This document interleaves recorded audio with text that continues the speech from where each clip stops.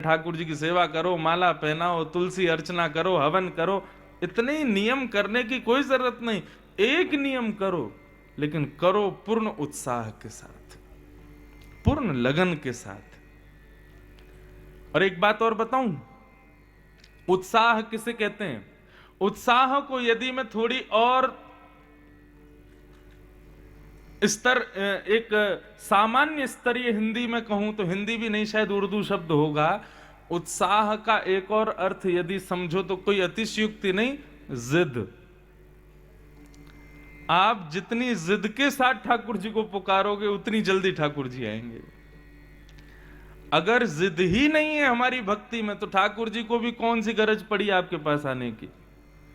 जैसे बालक है, बालक आपके साथ मॉल गया, मॉल में जाकर के उसने कोई खिलौना देखा, खिलौना देखते ही माता पिता की नाक में दम कर देता, मुझे चाहिए चाहिए चाहिए चाहिए। अब माता पिता जानते हैं कि ये खिलौना तोड़ देने वाला है 2 दिन बाद ही, लेकिन फिर भी अपने बालक की प्रसन्नता के लिए माता पिता उसको वो खिलौना देते हैं।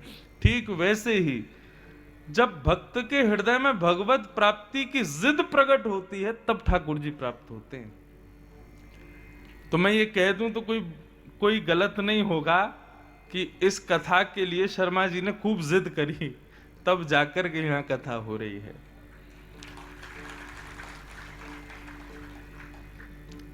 उत्साह बहुत जरूरी है बंधुओं।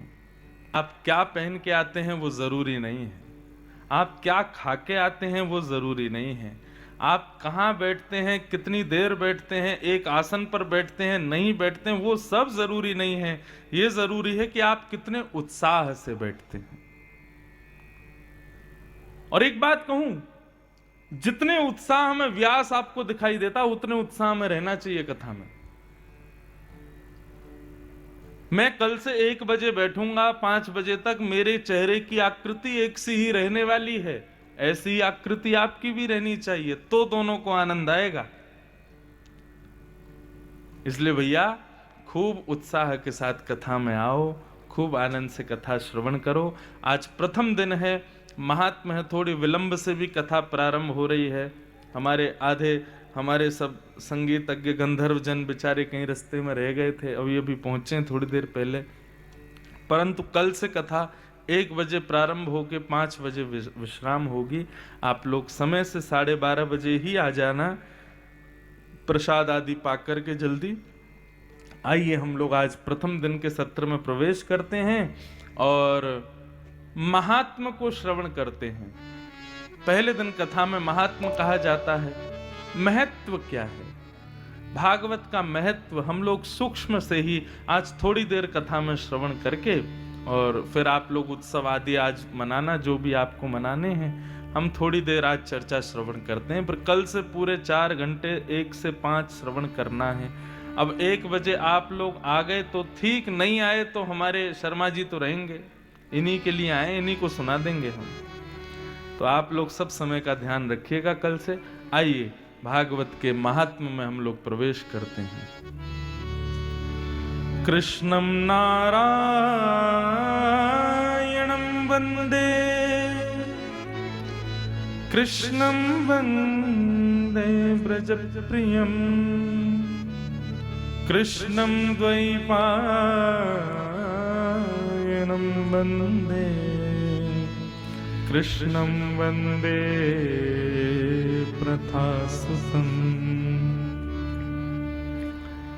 सच्चिदानन्दरूपाय विश्वोत्पत्त्यादिहेतवे, तापत्रयविनाशाय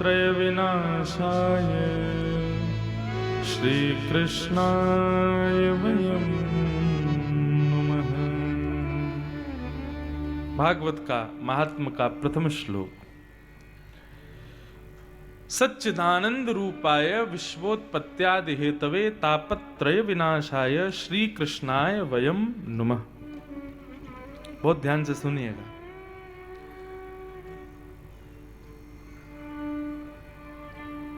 ये सूक्ष्म परिचय है भगवान का।